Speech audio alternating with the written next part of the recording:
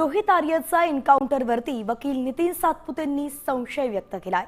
सरकारला आणि पोलिसांना टाळणं शक्य होतं, पण जाणीवपूर्वक त्याच्या छातीत गोळी घालण्यात आली असं त्यांनी म्हटलंय। तर रोहितचे पैसे थकवणाऱ्यांवरती गुन्हा दाखल करा अशी मागणी सातपुतेंनी केली आहे।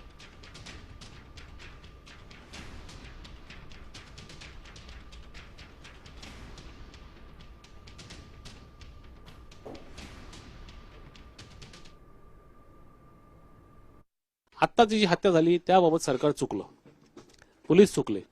पोलिसांनी त्याची हत्या नव्हती करायला पाहिजे होती। तो काय क्रिमिनल नव्हता, तो काय गँगस्टर नव्हता, तो काय टेररिस्ट नव्हता। पोलिसांचं जे म्हणणं आहे ते जस्टिफाईड नाहीये, त्यामुळे कोणते समर्थन होत नाहीये।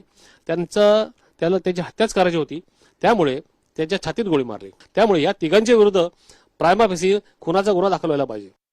त्याचे पैसे एखाद्याचे काम करून घेतल्यानंतर पैसे न देणं ही फसवणूक असते। हे जे अधिकारी आहेत, हे मिनिस्टर आहेत किंवा ज्यांच्याशी त्यांनी कोऑर्डिनेट केलं, या सगळ्यांच्या विरुद्ध फसवणुकीचा गुन्हा दाखल व्हायला पाहिजे। 2 करोड रुपये आणि जी काय अजून इतर वरची रक्कम आहे त्यावर अजून नुकसान भरपाई, या सगळ्या गोष्टी वसूल केल्या पाहिजे। यांच्याकडनं यांच्या खिशातून वसूल करायला पाहिजे आणि ही सर्व नुकसान भरपाई वसूल करून त्याच्या पत्नीला द्यायला पाहिजे।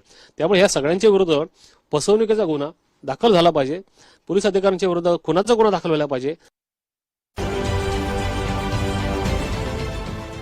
देश विदेशातील प्रत्येक घडामोडींचे लाईव्ह अपडेट मिळवण्यासाठी आता साम टीव्हीच्या सर्व सोशल मीडिया प्लॅटफॉर्मला लाईक, फॉलो आणि सबस्क्राईब करा। तसंच सर्व नोटिफिकेशनसाठी बेल आयकॉन प्रेस करायला विसरू नका।